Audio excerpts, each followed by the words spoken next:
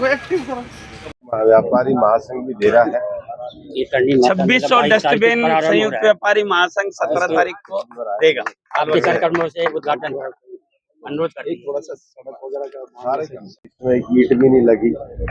राजस्थान सरकार के finance department ने भी अलवर डेयरी के लिए जो फाइनेंस की स्वीकृति चाहिए, अब राज्य सरकार का पैसा आएगा, एनडीडीबी का आएगा, लेकिन 320 करोड़ रुपए की डेयरी स्वीकृत कर दी है और सब चीजें ठीक हुई तो उसका भी हम अक्टूबर नवंबर में नए प्लांट का इनोग्रेशन करेंगे।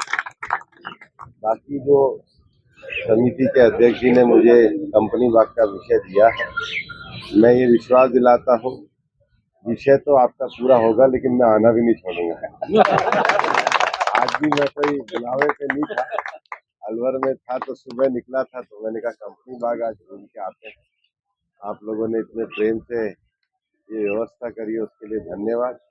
और मैं कंपनी बाग समिति को अपने घर बुलाऊंगा, बैठ करके उनसे बात करूंगा और उनके साथ मिलकर ही यहाँ के विषयों का भी समाधान करूंगा।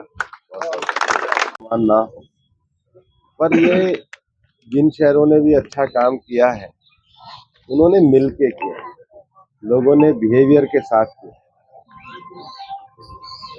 अलवर के पास भर्तरी बाबा का स्थान है, लंबे समय से वहाँ का जो क्रिटिकल टाइगर हैबिटेट का एरिया है, लोकल सेंचुरी का एरिया है, इको सेंसिटिव जोन का एरिया है, वो सारा काम पेंडिंग पड़ा। हमने कार्रवाई करी। आज सुप्रीम कोर्ट ने सीटीएच के काम को आगे बढ़ाते हुए मंजूरी देते हुए अब उसकी सेंचुरी को बनाने का काम ये सौंपा है, तो हमारे विरोधियों के मुंह अपने आप ही बंद हो गए, अपने आप बंद हो गए। और मैं तो कहा भी था सजन रे झूठ मत बोलो। अब उनको समझ में नहीं आ रहा है, तो खैर किसी पे मैं ज्यादा टिप्पणी करता नहीं, मेरा स्वभाव नहीं है।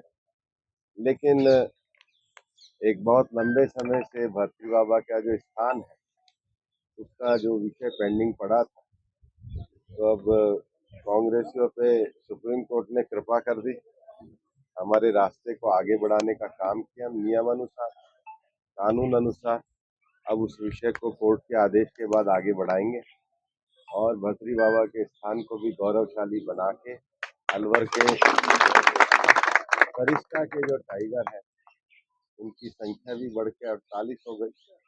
लेकिन इसके साथ ही शहर में पर्यटक आने चाहिए, शहर का टूरिज्म बढ़ना चाहिए।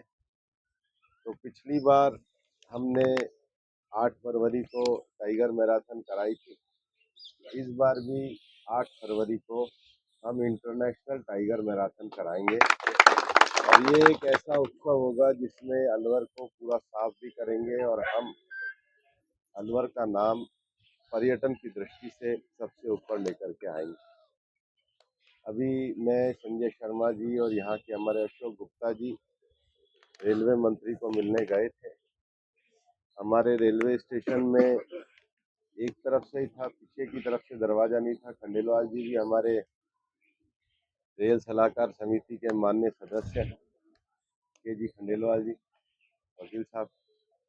तो रेल मंत्री जी ने पीछे वाली तरफ से भी एक नया फाटक खोलने की हमें अनुमति दी है और अभी जो एग्जिस्टिंग बिल्डिंग है ये समाप्त होकर के 120 करोड़ रुपए का नया रेलवे स्टेशन अलवर में, और बड़ा स्टेशन बनने के बाद अच्छी गाड़ियां भी रुकने का काम होगा। मैं विश्वास करता हूं कि नवंबर में हम इसका भूमि पूजन भी करा दें। अलवर का डेयरी का भी चुनाव है, ये 1975 में ये जुड़े प्लांट रहिए बना। एनसीआर संदेश न्यूज के साथ। सब्सक्राइब करें और हर ब्रेकिंग अपडेट सबसे पहले पाएं।